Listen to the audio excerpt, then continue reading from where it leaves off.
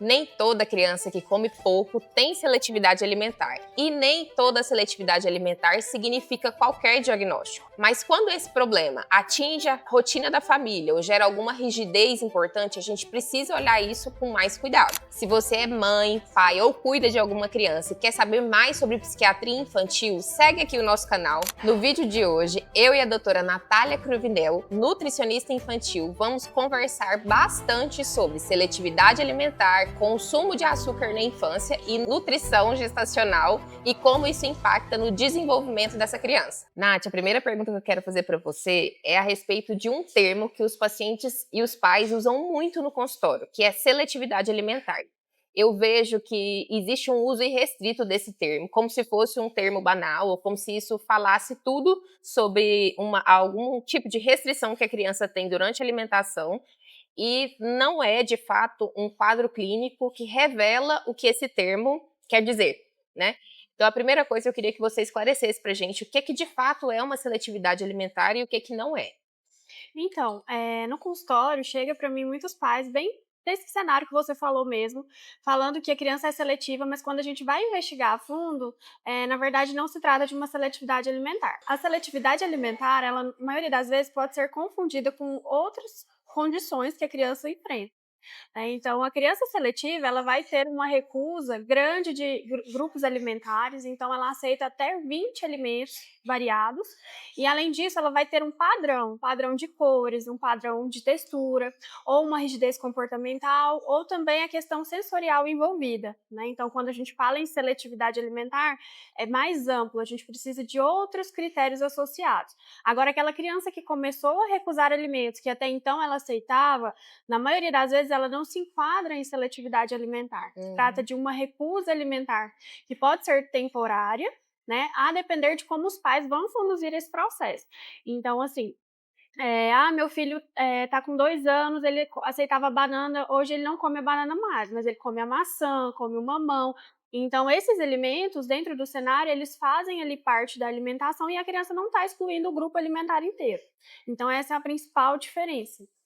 E não tem também, às vezes, um certo padrão, né? Então, aceita frutas, mas só aceita frutas de uma determinada consistência. Ou só aceita verduras de determinada cor. Que eu vejo que isso é uma coisa que a gente precisa observar muito, né? Que os pais chegam com essa história de seletividade, mas, na verdade, a criança tem preferências por determinados alimentos, né? Que foram, às vezes, mais incentivados ao longo dessa primeira infância, né, o que de alguma forma eram mais fáceis de preparar. A gente tem muito isso também Uhum. quando a gente está cuidando, né? Às vezes a gente percebe que a criança aceita mais determinado alimento, a gente sempre vai estimular aquele determinado alimento. Sim. Ou porque é mais fácil de preparar, ou porque não tem a recusa, ou porque não tem um esforço maior para que ela consuma aquilo. Isso, essa recusa, ela normalmente não tem essa questão da textura associada, não segue um padrão, e Uhum. ela pode acontecer muito ali a partir dos 18 meses de idade, onde vem a questão da neofobia, que é o medo do novo, né? Então a criança, ela gosta de previsibilidade. Então tudo que foge disso pode gerar uma certa estranheza, né? Independente de diagnóstico. Independente de Certo. diagnóstico, é algo que acontece ali, pode acontecer, tem criança que vai passar por ela, tem crianças que passam e não tem esses sinais, mas pode acontecer. E aí os pais, às vezes, não estão preparados para lidar com isso e entra bem nessa questão que você falou, de às vezes, eu vou dar a fruta que ele aceita, então eu Uhum. deixo de oferecer uma fruta que ele passou a recusar, então eu estou trazendo a alimentação da criança para um funil, em que eu estou trazendo cada vez menos alimentos e menos variedade para ele. Então, esse alimento deixou de ser apresentado, então ele vai ser cada vez mais estranho e a chance de ser aceito posteriormente é reduzida. Então, a fase de neofobia, que pode acontecer, né, que a criança tem medo do novo, ela pode ir ali de 1 ano e 8 meses até próximo de 5, 6 anos, mas que ela precisa ser bem conduzida, porque senão realmente passa a ser um problema, a criança passa a reforçar essa seleção e aí a alimentação vai ficando cada vez mais restrita. Eu vejo também que pode existir uma interferência naquela fase dos 2 anos, em que a criança ela já se entende como um ser independente e que ela é capaz de dizer não para as coisas que ela não quer, né. Sim. Então recusar, às vezes, ordens, recusar algum tipo de alimento, nesse caso, que ela não goste tanto, então ela Uhum. entende que o não dela, a partir daquele momento, em algumas fases vai ser respeitado. Então eu vejo também que essa fase dos 2 anos, quando existe essa mudança de comportamento da criança, que não tem a ver necessariamente com a alimentação, vem acompanhada desse processo de restrição, né? Não é uma Sim. seletividade, mas uma restrição, justamente porque ela diz não e as pessoas os pais, Uhum. né, tendem a respeitar ou tendem a não querer entrar em embate naquele momento, que deveria ser um momento de harmonia, né, que é Uhum. o período de alimentação, mas que acaba virando uma guerra ali, porque a criança está nesse Sim. período, né. Então aí eu vejo que também existe uma certa restrição na quantidade, no tipo de alimento, de às vezes uma criança que sempre comeu muito bem de tudo e que ali naquela fase passa a recusar muita coisa, Sim, nessa né. questão dos 2 anos em que vem as preferências, né, e nós adultos temos nossas Sim. preferências, tem sua fruta favorita, seu alimento favorito, então como que os pais devem lidar com isso, né, porque assim, se eu ofereço para a criança somente o alimento que ela gosta, eu estou privando e trazendo para aquele mesmo cenário de afunilar a alimentação a um grupo restrito de alimentos. Então eu preciso trazer esses alimentos de forma diversificada, ele não aceita mais a banana, a fruta in natura, então eu posso trazer a banana numa vitamina de banana, num bolo de banana, fazer uma salada de fruta que vai ter a fruta que ele gosta, as frutas que ele tem preferência e gosta mais. Então eu trago esse alimento dentro de outros cenários. Né? E aí, Uhum. de certa forma, a criança vai criando uma aproximação e vencendo essa resistência. Pode ser que esse alimento vai continuar até a vida adulta não sendo sua preferência, mas ele não foi tirado de cena. Então eu não deixei de oferecer, eu não deixei de ter contato, de apresentar, de ver outras formas em que ele aceita melhor. Então eu estou trazendo a variedade e não limitando as escolhas. E a gente vê isso muito no nosso dia a dia, como mãe. Eu tenho um Sim. bebê pequeno e eu vejo que na introdução alimentar tem alimentos que várias vezes eu tentei oferecer de forma isolada e ele não aceita de jeito nenhum, cospe, faz a cara feia. Mas quando eu ofereço, por exemplo, dentro de uma salada de fruta ou dentro de um outro prato, ele come como se fosse a melhor coisa do mundo. Então eu vejo isso muito na prática também, não só em consultório, mas no dia a dia, que a criança ela permite que você faça essas variações, né? Mas quando que eu posso dizer assim que uma criança realmente não aceitou determinado alimento? Existe, por exemplo, algum sintoma ou algum tipo de manifestação que a criança tenha que eu tenho que dizer não, então esse alimento aqui eu posso realmente deixar de lado ou esperar mais um pouco, né, que ela Uhum. amadureça para eu oferecer de novo. Como que eu entendo isso? Então, vamos pegar lá desde a introdução alimentar, né? Nessa fase de introdução alimentar, é super comum a criança expulsar o alimento da boca, ter a preferência dela ali, porque gera mais segurança, né? Porque até então o alimento de segurança era somente o leite, então a gente traz uma variedade muito grande de alimentos e vai ter os alimentos que de início aceitam melhor e os outros não. E aí o que a gente observa?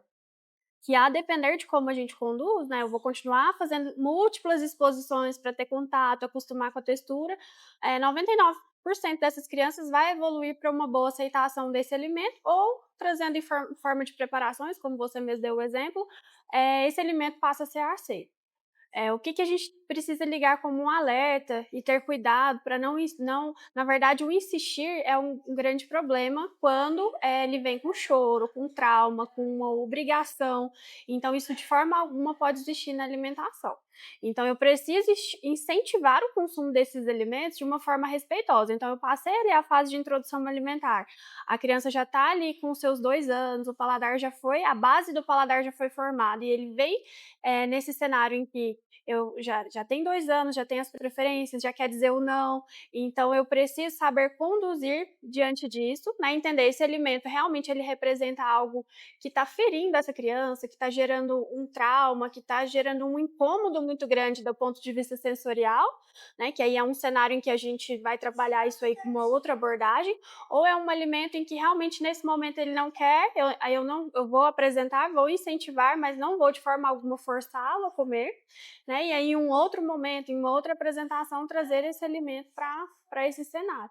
Então a gente precisa ter esse cuidado. E aí, quando não oferecer mais o alimento, né? Então, assim, tem casos de crianças que esse alimento realmente ele vai gerar gatilhos, ele vai gerar crises, vamos pensando em crianças, principalmente crianças atípicas. E aí a gente precisa saber conduzir esse processo.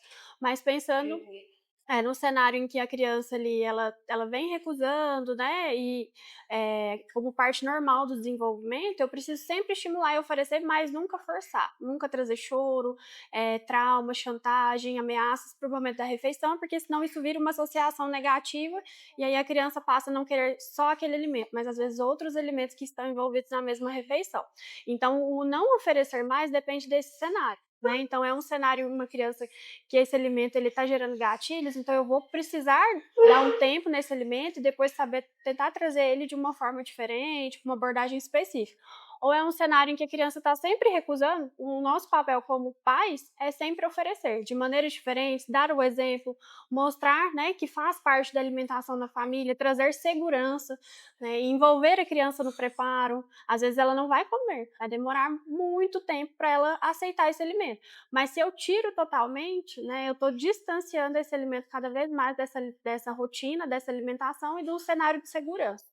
Então, Um ponto que você tocou, que eu acho que é extremamente relevante, que eu sempre falo isso, e não é só na parte nutricional, mas na parte comportamental também, na forma como a gente conduz a educação das crianças, que é essa coisa do dar exemplo, né? sim. Do alimento fazer parte da rotina da família.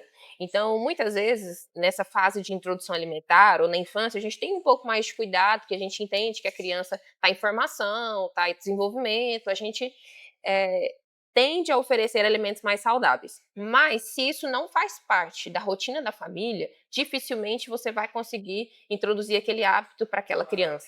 E Sim. isso vale para toda a parte comportamental daquela criança que está ali. Então, independente se é na nutrição, ou se é em algum tipo de hábito saudável, ou se é algo que você quer que a criança não faça, ou um comportamento que Uhum. ela não tenha, que ela não dê uma birra, que ela não grite, que ela não xingue, mas se não é o padrão de comportamento da família, isso não vai acontecer. Sim. Então, eu vejo muito que famílias obesas a gente tenta corrigir, tenta orientar que exista uma alimentação mais saudável, que seja introduzido fruta, verdura, enfim, né? Algo de forma mais.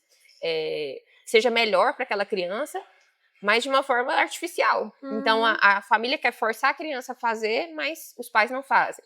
Então, eu vejo que isso definitivamente não Não funciona, funciona. não vai funcionar em qualquer cenário, né? E eu Uhum. acredito que você também deve ver isso no seu consultório, né? Sim. Isso seja um. Acontece muito, principalmente, assim, eu vejo muito isso, é bem evidente na introdução alimentar. Os pais vêm de início, faz assim, da forma que tem que ser feito. Quando chega ali próximo a 1 ano e meio, né, ali próximo dos 2 anos, que vem essa certa tranquilidade, a criança agora pode consumir mais Comedor. alimentos, já pode comer a comida da família, que é preparada, né, junto, não precisa ser preparado separado mais. E aí vem um grande problema, porque aí a criança cai no cenário de uma alimentação da família totalmente irregular e onde se perde do processo. Então, às vezes, conduziu tudo certinho até ali a formação do paladar aos 2 anos de idade, mas quando cai na rotina da família, no preparo dos alimentos da família, que vem de uma base que não está saudável, que está desequilibrada, com alto consumo de frituras, alimentos ultraprocessados, aí a criança se perde e acaba tendo esses alimentos ali como algo do dia a dia de rotina, e aí tudo que foi construído acaba, né, não sendo consolidado e levado adiante aí no processo. Então isso é muito difícil. A família ela precisa estar bem alinhada no propósito, porque às vezes não adianta eu falar para o meu filho, coma brócolis, se eu não dou um exemplo e se esse Uhum. alimento não faz parte da minha Da alimentação, da alimentação da família. Então isso influencia muito. Para a gente, então, fechar essa parte de seletividade, quando que eu entendo, então, quando eu preciso acender um alerta, principalmente para as famílias, de que aquele comportamento, aquela restrição alimentar, ela de fato é uma seletividade, que seja por alguma alteração no neurodesenvolvimento, e não uma restrição. Quais que são os principais sinais, tanto de vista de comportamento da criança durante o processo de alimentação, quanto como se constrói esse cardápio, né? O que a Uhum. criança vai aceitar ou não vai. Então, a gente precisa estar atentos ao tempo que vem com essa recusa, com esse padrão de recusa alimentar, né? Quantos alimentos são aceitos? Então, um número menor do que 20 alimentos, ele já liga um alerta para a seletividade alimentar. E, além disso, a gente precisa estar atento à preferência a texturas, a cores, aversão a certos cheiros. A criança, às vezes, fazer vômito só de sentir o cheiro de um determinado alimento. Se essa criança ela tem dificuldade de pegar em alguns alimentos, se a textura é molhada ou a textura mais sequinha, se isso gera alguma influência na aceitação dos alimentos, são sinais de alerta. E outros pontos importantes que a gente precisa ficar atento é se existe, às vezes, alguma rigidez comportamental, algum atraso do desenvolvimento associado, ou também se a criança também ela vem ali com um atraso no crescimento, no desenvolvimento, no ganho de peso. Às vezes essa recusa que já está evoluindo para uma seletividade alimentar, se ela está refletindo nos exames bioquímicos, né, às vezes uma anemia, alguma deficiência nutricional. Então são sinais de alerta que precisam ser realmente investigados e que a gente precisa de um acompanhamento de perto e uma orientação do especialista. E a gente precisa também entender que essa recusa, ela pode passar à medida com que a gente vai lidando bem com isso. Então, se eu tiro o alimento de cena, esse alimento vai ficando cada vez mais distante e a criança vai reforçando essa seleção. Então, os pais, na maioria das vezes, não estão preparados para lidar com a recusa alimentar, né? Então, a forma de lidar, ela acentua ou vai auxiliar a criança a passar por isso. Vamos dar sequência a esse tema e falar sobre coisas tensas durante o processo de introdução alimentar. O doce é uma questão muito relevante para a gente falar sobre esse processo de aceitação, porque o açúcar, né, tem um papel muito relevante tanto no comportamento das crianças como na formação do paladar. Então eu queria que a doutora Natália explicasse um pouquinho para a gente por que a gente não pode oferecer açúcar para a criança até os 2 anos. Como que isso vai alterar esse processo de aceitação, essa seletividade ou essa restrição alimentar? O açúcar, ele interfere diretamente na formação do paladar da criança. Então, quando eu inicio uma introdução alimentar, ali próximo, ali aos 6 meses, eu estou apresentando os alimentos e formando o paladar desse bebê. Então, esse paladar ele vai ser formado até os 2 anos de idade. Se eu trago o açúcar para esse cenário, esse açúcar ele vai atrapalhar a formação dos alimentos, a base dos alimentos saudáveis, e trazer um alimento que estimula totalmente a dopamina, né? Então, o que o açúcar ele vai fazer no cérebro da criança? É como se, por exemplo, comer a maçã, ela vai ligar um botão específico no cérebro. E comer o doce, ele vai ligar um botão gigante que vai superestimular esse cérebro dessa criança. Então, se isso acontece com frequência, automaticamente o alimento saudável ele vai deixando de ser visto como algo interessante, vai perdendo a graça, se tornando sem graça, e o alimento rico em açúcar vai se fazendo cada vez mais necessário e gerando esse processo, né, e ciclo. Então, além de influenciar na base da formação do paladar, né, então se eu estou formando um paladar para essa criança que está começando a comer com açúcar, então no futuro ele vai ser um adulto que vai ter muito mais necessidade desse açúcar na alimentação. Agora, se eu formo o paladar de uma criança com a base de uma alimentação saudável, lá na frente esse açúcar ele vai entrar em cena, mas ele não vai se fazer tão necessário quanto naquele cenário em que ele já entrou e formou o paladar dependendo daquele alimento. É bem legal a gente entender isso. A doutora Natália falou sobre dopamina.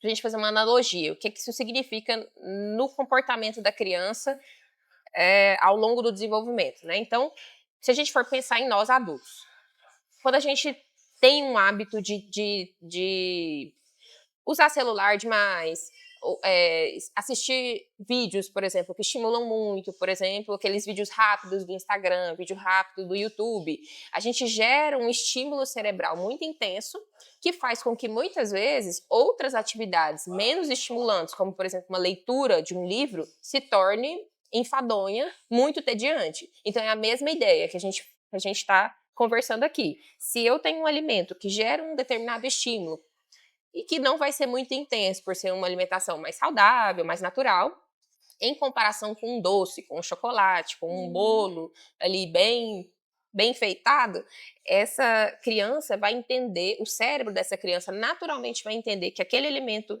que gera o estímulo maior, ele é muito mais prazeroso. Então, ele vai preferir esse padrão de alimentos em detrimento do alimento saudável, do alimento natural, que não gera o mesmo nível de excitabilidade. Então, a dinâmica é a mesma ideia, que é o mesmo cérebro que atua por exemplo, com o celular, com o estímulo do celular, quando ele vai para a leitura, ele não consegue ter o mesmo nível de excitabilidade, no alimento é a mesma coisa.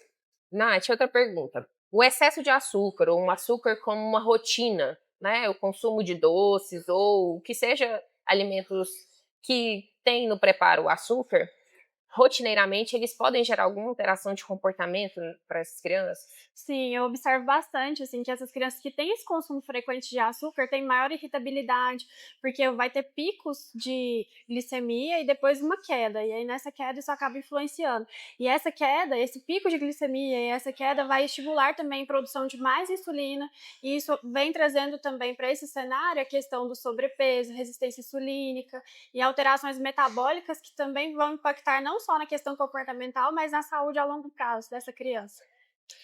Eu vejo também no consultório com os meus pacientes que a gente sempre orienta algumas tendências nutricionais, né? A gente tenta restringir algumas coisas, orientar, Uhum, estimular outras, né? Então, a questão dos alimentos, não só com excesso de açúcar, mas de chocolate, uhum, com cafeína associada, né? Então, a gente percebe que o consumo exagerado desses alimentos gera alterações notórias no comportamento. E os pais sim.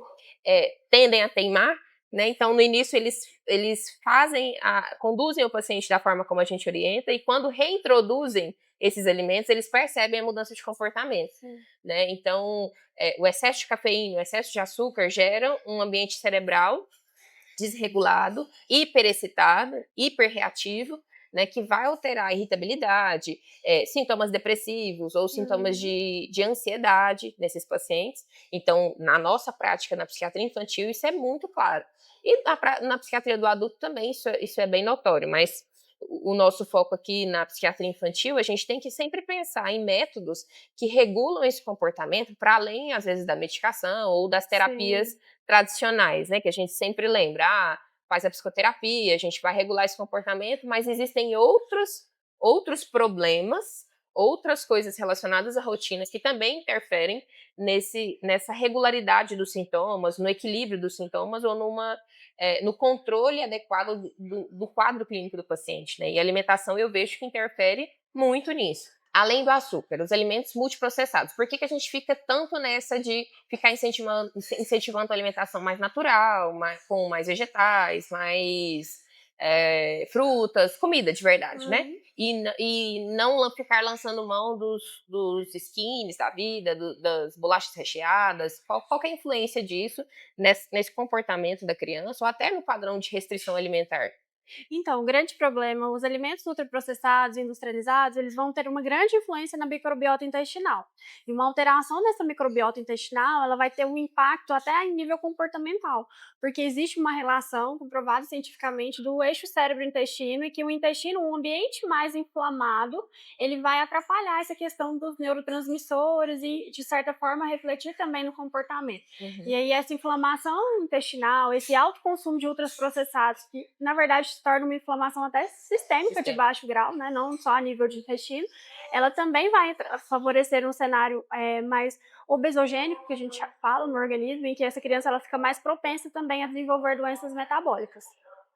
Não só doenças metabólicas, mas também doenças de comportamento, alterações de comportamento. Então, um paciente mais inflamado, ele é um paciente mais irritado, é um paciente mais reativo, é um paciente que consegue elaborar de forma que elabora de forma inadequada as vivências do dia a dia, ele tem menos condições de reagir de forma proporcional às situações do dia a dia. Então, é um paciente muito mais reativo, muito mais pronto para o combate, porque ele está nesse contexto muito inflamado. O cérebro está muito reativo, muito é, desregulado, vamos dizer assim. Tá. Para a gente finalizar esse assunto sobre o açúcar, quais são os principais erros que os pais cometem na hora de fazer essa regulação da quantidade de açúcar e se existe uma forma mais equilibrada de fazer essa restrição sem tirar completamente, quando não é necessário, né, fazer essa restrição completa?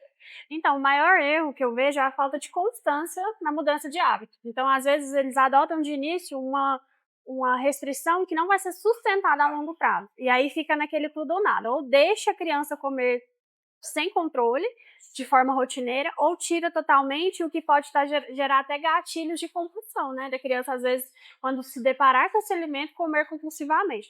Então, a forma mais inteligente, a estratégia a ser adotada, claro que vai ter ressalvas, se a criança tem algum outro problema associado com o açúcar, por exemplo, diabetes, aí esse caso é à parte. Mas, de forma geral, a gente trabalha de forma bem equilibrada, né? Então, trabalhando a base da alimentação com alimentos saudáveis, e esse açúcar, ele vem de forma de uma exceção, né? Então, a criança, ela vai ter o dia que ela pode ter o contato com o açúcar, né? Mas de preferência em que a gente traga esse açúcar num cenário mais saudável, uma receita, né, mais caseira ali, que você mesmo vai fazer em casa, ou que seja um chocolate, mas um chocolate de melhor qualidade, né? Então, a gente consegue deixar esse açúcar ali presente de forma estratégica, trabalhando com a criança o equilíbrio, né? Então, uma boa relação com a alimentação, porque de nada adianta, às vezes, a gente tirar totalmente esse açúcar e trazer aí um cenário de uma criança que não tem uma boa relação com a comida e que, quando se depara com o alimento, come sem controle. Então, a gente precisa trabalhar esse equilíbrio, entender que todos os alimentos são feitos para a gente consumir,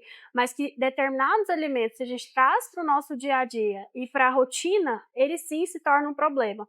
Mas se é esporádico, não é o doce que você come no aniversário que vai gerar todo esse prejuízo, e sim o que você come todos os dias na sua casa e que tem fácil acesso, uma bolacha recheada, um iogurte com açúcar e alimentos que às vezes a gente nem percebe que tem açúcar, mas que tem ali em grande quantidade. Para a gente continuar esse assunto, existe também relação da nutrição antes mesmo dessa criança existir, quando ela está sendo gerada ali durante a gravidez.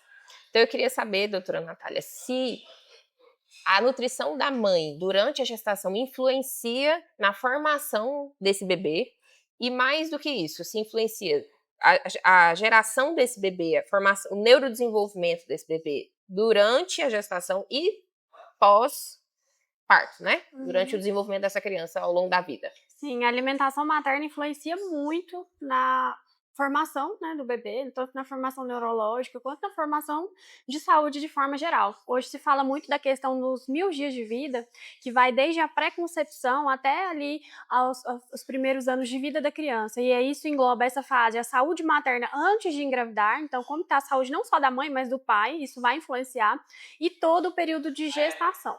Então, a alimentação, ela influencia muito. A mãe que não cuida, que não tem esse cuidado, isso vai influenciar, sim, na questão do neurodesenvolvimento da criança, isso pode ter associações, né? Assim como deficiência de alguns nutrientes também pode ter grande impacto nessa parte do neurodesenvolvimento. Quais são os nutrientes principais que a gente não pode deixar de olhar, mesmo se você não faz um pré-natal adequado, mas que você tem que ter completa atenção para proporcionar um ambiente gestacional melhor para o neurodesenvolvimimento? Então, primeiro que a gente pensa, né, é o metilfolato, que é a formativa do ácido fólico, ele é indispensável para a formação do tubo neural, e ali muitas das vezes esse nutriente é indispensável até mesmo antes da mulher descobrir que está grávida. Então, às vezes, quando vem um atraso menstrual, essa parte da formação do tubo neural já aconteceu. Então, ele é um nutriente, assim, muito importante. Além dele, né, assim, vamos falar dos principais. Tem a colina, que ela é muito importante também para essa formação neurológica do bebê. E onde que nós encontramos? Na gema do ovo, é um alimento que é riquíssimo em colina, que é muito importante. O DHA também, né, o ômega 3 é muito importante nessa fase. E a suplementação de ferro, né, então eu vejo que esse é muito negligenciado na gestação, porque o consumo da mãe não acompanha as demandas do bebê. E aí é onde se faz necessária essa suplementação e muitas das vezes, quando vê, já está lá com os níveis bem baixos e aí precisa correr atrás e suplementar e manter para trazer isso para níveis adequados novamente. Então seriam esses aí os principais quando a gente pensa nessa parte de neurodesenvolvimento e desenvolvimento do bebê. Existe uma intercorrência na gestação que pode acontecer até de forma comum e que eu tive na minha primeira gestação. Eu acho que pouca gente sabe disso, mas eu tive diabetes gestacional. O diabetes gestacional é uma alteração que acontece por conta justamente desse desbalanço na nossa capacidade de regular o consumo de açúcar, a nossa glicemia de modo geral, associado ao desenvolvimento do bebê, que pode acontecer independente de eu ser uma pessoa propensa a ter diabetes ou não, de eu ter hábitos de vida saudáveis ou não. Mas é lógico que quando eu tenho esse perfil, né, de me exercitar adequadamente, de me alimentar adequadamente, as chances são menores. Mas eu vejo que muitas vezes muita gente não sabe, tem diabetes gestacional durante a gravidez, a criança nasce com algumas sequelas disso e não são bem orientados. Né? Quais que são as possíveis formas da gente controlar isso quando eu já tenho esse diagnóstico? No meu caso, eu controlei com a dieta, atividade física, mas eu queria que você explicasse um pouquinho melhor como que a gente pode fazer isso e quais são as consequências disso para quem está assistindo a gente, entender a relevância da gente fazer esse controle. Então, quando nós pensamos em um cenário em que a mãe teve diagnóstico de diabetes gestacional, que independe até do estilo de vida, tem muitas mães saudáveis que desenvolvem, porque os hormônios na gestação favorecem essa maior sensibilidade à insulina, mas que quando a gente cuida realmente se torna muito mais fácil de controlar essas alterações que são mais suscetíveis nessa fase. Então, assim, a alimentação ela é fundamental, né? É fundamental a gente fazer uma monitorização glicêmica para acompanhar de perto essa glicemia em jejum, glicemia pós-prandial, que seria ali após as refeições. Então, seu obstetra, o seu endócrino, ele vai te passar as metas glicêmicas que a gente deve manter ali durante todo esse período e como que a alimentação ela influencia nisso. Então, é muito importante você entender que ter esse diagnóstico não exclui o carboidrato da sua vida, mas sim a gente precisa controlar o tipo de carboidrato consumido, controlar a velocidade de absorção desse carboidrato. Então, de que forma? Então, por exemplo, se eu tenho o pão francês e o pão integral ele vai ter a fibra. A fibra, ela retarda o esvaziamento gástrico e dificulta a absorção da glicose. Então, ela vai ser absorvida um pouquinho mais lento, então o impacto na glicemia se torna um pouco menor. Se eu associo esse pão com o ovo, que é uma fonte de proteína, a proteína também dificulta a digestão e vai fazer com que esse carboidrato seja absorvido de forma mais lenta. Então, ele vai sim ser absorvido na totalidade, mas de forma bem lentinha, sem gerar o pico, que é o que a gente precisa evitar nessa questão da gestação, e não só da gestação, né? Mas assim, num cenário saudável, uma alimentação que tenha picos glicêmicos não é uma alimentação tão interessante. Então, as gorduras boas também, elas vêm como um aliado. Então, as castanhas, o abacate, porque a gordura também traz esse cenário de digestão um pouquinho mais lenta, e aí o carboidrato ele vai ser absorvido, mas também de uma forma bem lentinha, precisando de menos insulina sem gerar picos. Então, é muito importante a gente entender que a fruta ela não é proibida, mas a forma como a gente combina ela na refeição, sim, faz toda a diferença. No início, antes da gente descobrir, o Henrique teve um crescimento exagerado, né? Tava acima das médias ali que a gente podia de peso e crescimento aceitado. Então, a gente teve um susto quando a gente teve esse diagnóstico, eu realmente não esperava. Mas eu fiz o acompanhamento nutricional, consegui adequar isso de forma até tranquila, vamos dizer assim. Mas eu sempre gostei muito de doce. Muito, muito, muito.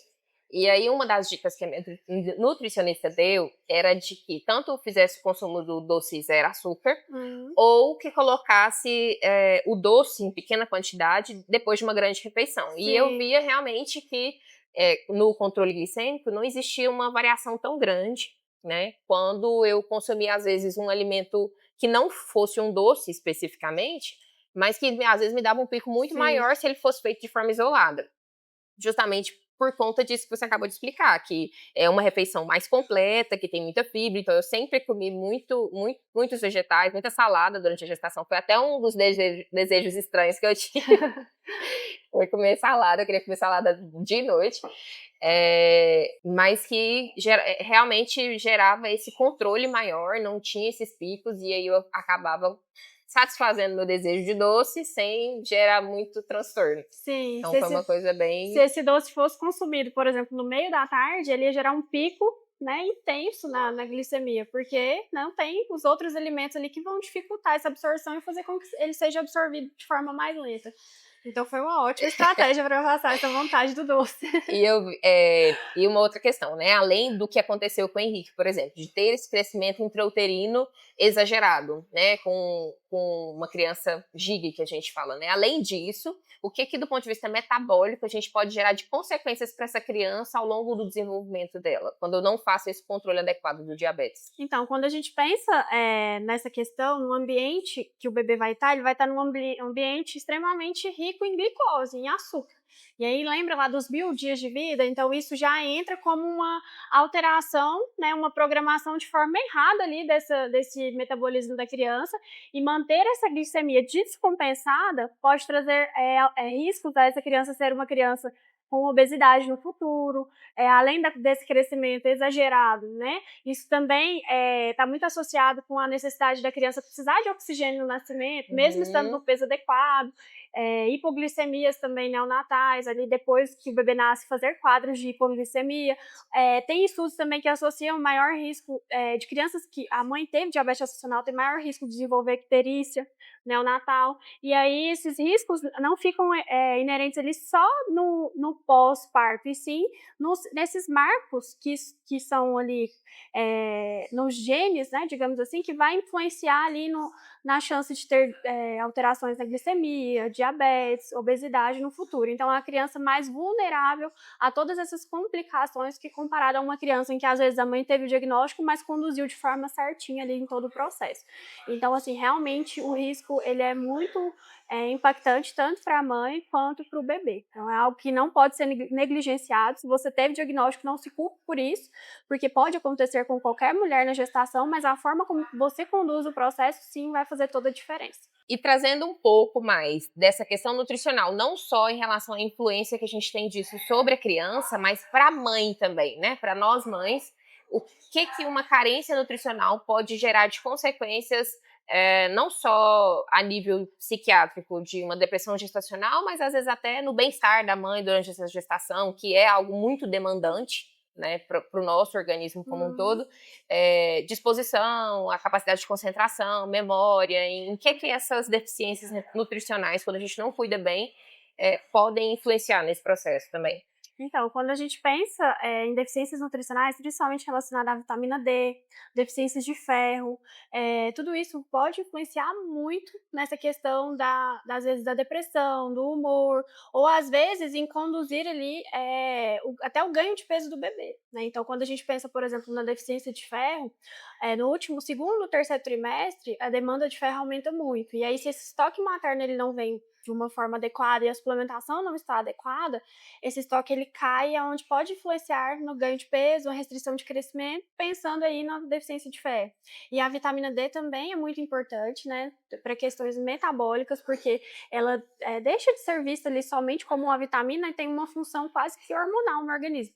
Então, essa vitamina D, ela vai influenciar em diminuir, se tiver níveis adequados, diminuir o risco de uma depressão, pensando não só no pós-parto, mas também durante a gestação, né? Então ela diminui também o risco de pré-eclâmpsia. Então, ter essa vitamina D adequada está associado com menor riscos de uma mãe desenvolver ali pré-eclâmpsia na gestação. Não só a vitamina D, mas também outros nutrientes. Então, é importante a gente entender que a gestação ela não é igual do início ao fim. Essas demandas elas mudam a cada trimestre. Então, no último trimestre, por exemplo, a demanda de cálcio ela aumenta muito para a formação óssea do bebê, né? No segundo, terceiro trimestre. E aí, se esse cálcio não vem da alimentação, o bebê não fica no prejuízo, mas ocorre a desmineralização da mãe. Então, a mãe fica assim em prejuízo. Então, é muito importante a gente entender que a cada trimestre, essa alimentação ela precisa atender aquelas necessidades daquela formação específica do bebê.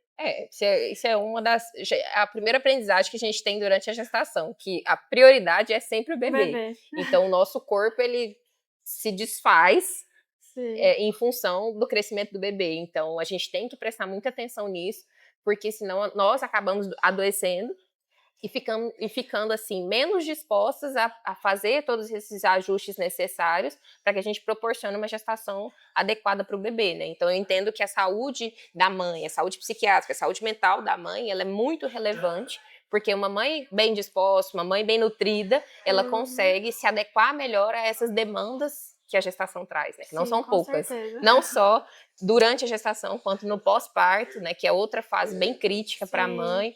O processo de aleitamento, quando ele acontece. E, enfim, né? Tudo que envolve a maternidade, eu acho que não tem nada fácil, nada É simples. função. Então, a gente tem que estar muito atento a todas essas questões, não só pensando no bebê, mas pensando nessa mãe que vai ser uma cuidadora, uma boa cuidadora, ela vai proporcionar um desenvolvimento melhor para essa criança, né? Então, todo mundo tem que estar atento, tanto para a criança quanto para essa mãe também, né? Com certeza. E tem uma fala muito comum que a gente vê, não só no consultório, mas em roda de amigos, em quaisquer lugares que a gente fala sobre esses assuntos, que é aquela história: ah, mas a minha mãe não fazia isso e eu tô viva hoje. Ah, não tinha nenhuma dessas orientações, dessas restrições que tem hoje. E eu tô bem, né? Ou então, justo na minha vez de ser mãe, tem todas essas regras. Então, para que servem isso, né? De onde surgiram tantas orientações, tantas coisas que a gente precisa seguir para que a gente, enfim, tenha resultados melhores, né? Sim. Eu até brinco que, assim, o que eu falo no consultório, nada foi tirado da minha cabeça. Então, veio de estudos, embasamentos científicos e ali, né, recomendação da Sociedade Brasileira de Pediatria, enfim, várias áreas em conjunto estudando para chegar numa evolução da ciência. E graças a Deus que a ciência evolui, né? Então, as pessoas sobreviveram, mas existem muitos resquícios de uma introdução alimentar feita de forma errada. Então, muitas das vezes tem aquela pessoa que abre o sanduíche para tirar a cebola, para tirar o tomate, para tirar o alface, que não é difícil de a gente ver, né? Que aí quando a gente volta é aquela criança que comeu a sopa batida, coada, liquidificada. Então, estatisticamente, se a gente for ver, existem muitas causas, muitos problemas que hoje nós encontramos na alimentação das pessoas que podem ser explicadas por uma introdução alimentar mal conduzida, pelo excesso de açúcar, o açúcar apresentado antes da hora. E entra muito também em discussão aquela questão de que os alimentos disponíveis hoje, eles são bem diferentes dos alimentos que eram disponíveis antigamente. Então, até os industrializados, eles mudaram muito, né? Então, tem muitos aditivos, cada vez mais pensando em aumentar o tempo de vida de prateleira desses alimentos. E aí, com isso, vai perdendo cada vez mais a relação com esses alimentos mais naturais. Então, se a gente comparar Qualidade, né? qualidade, comparar o rótulo de um industrializado de hoje com um industrializado de há 20, 30 anos atrás, ele está bem diferente. E isso vai trazer impactos também a longo prazo. Então, vamos acompanhar a evolução da ciência e, graças a Deus, que está cada vez mais evoluída, porque os benefícios disso para as próximas gerações vão ser muito, muito intensos. Esse foi o nosso bate-papo de hoje sobre nutrição infantil, muito linkado à saúde psiquiátrica das nossas crianças. A gente passou também sobre saúde gestacional, nutrição gestacional e o quanto isso impacta na vida dos nossos bebês e dessas crianças do futuro. Então, eu queria agradecer muito a doutora Natália por ter disponibilizado esse tempo para conversar muito com a gente sobre isso. As informações que você trouxe foram muito relevantes. Espero que a gente possa conversar sobre essas situações novamente, trazer a nossa experiência, tanto a minha quanto a sua de consultório, para a gente ilustrar essa realidade. Enfatizar também a importância do acompanhamento multidisciplinar, lembrar que a criança ela não é só psiquiatria, ela não é só nutrição, ela não é só endócrino, enfim, todos nós temos que conversar para que essa criança tenha um desenvolvimento mais adequado e mais amplamente funcional. Eu que agradeço a confiança, pode contar comigo sempre, que sejam o primeiro de muitos encontros para a gente discutir e acrescentar, né, a opinião, né, assim, a conduta, a opinião da colega, que eu acho que isso é muito relevante, muito importante. E se quiserem conhecer um pouco mais do meu trabalho, fico à disposição.